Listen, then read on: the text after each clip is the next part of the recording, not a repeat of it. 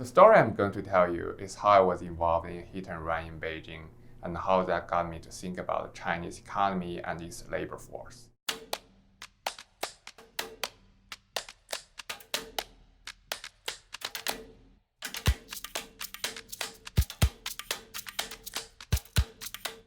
It was one late evening in Beijing. I was waiting for a taxi on the sidewalk, and suddenly I just sensed something moving towards me at extremely high speed.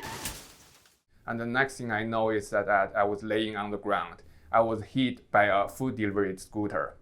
And the delivery guy blamed me and asked why I didn't watch out. He just examined his delivery box to make sure his food is in good shape.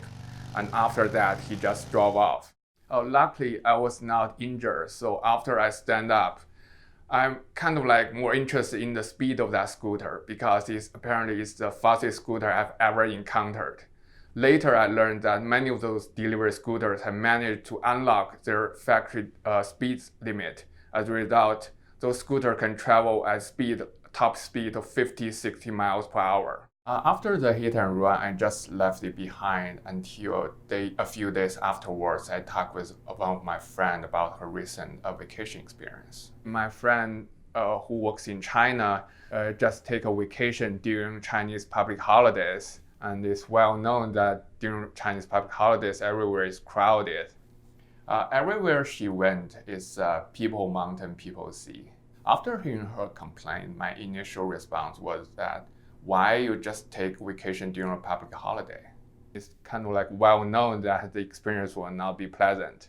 She told me that although she has actual vacation days, no one in her company actually takes them.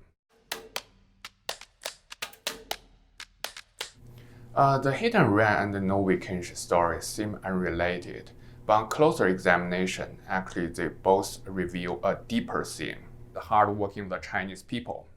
The hard working of Chinese people has been a major factor behind China's remarkable economic growth in the last 4 decades.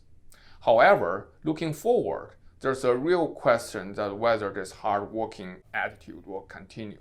We have seen a lot of anecdotal evidence suggesting that Chinese younger generation, China's Generation Z, they seem to be less willing to endure hardship. For example, many of those traditional manufacturing jobs now have difficulties in recruiting workers because younger generations, they are not willing to do those boring, long hours factory jobs. If this is true, I think this shift in attitudes towards hard working will have broader implications for the Chinese economy. As an economist, incorporating a granular understanding of the society and the economy as large has been a major part of my work, and I believe this is how value added is created. For example, many people think that China's economy probably will collapse in a few years. Or is that a problematic slope of GDP in China?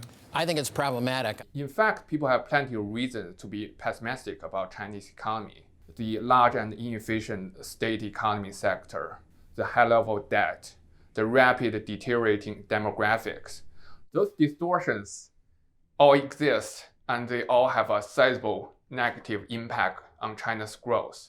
But in the meantime, we need also to look at those positive forces. For example, the Chinese people hardworking I just mentioned. Paying attention to the granularities of the Chinese economy and the society at large has and will continue to help me to maintain a balanced approach.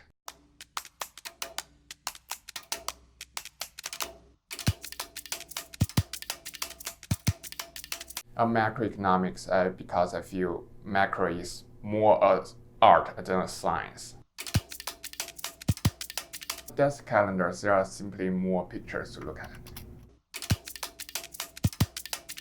But Beethoven is probably too serious.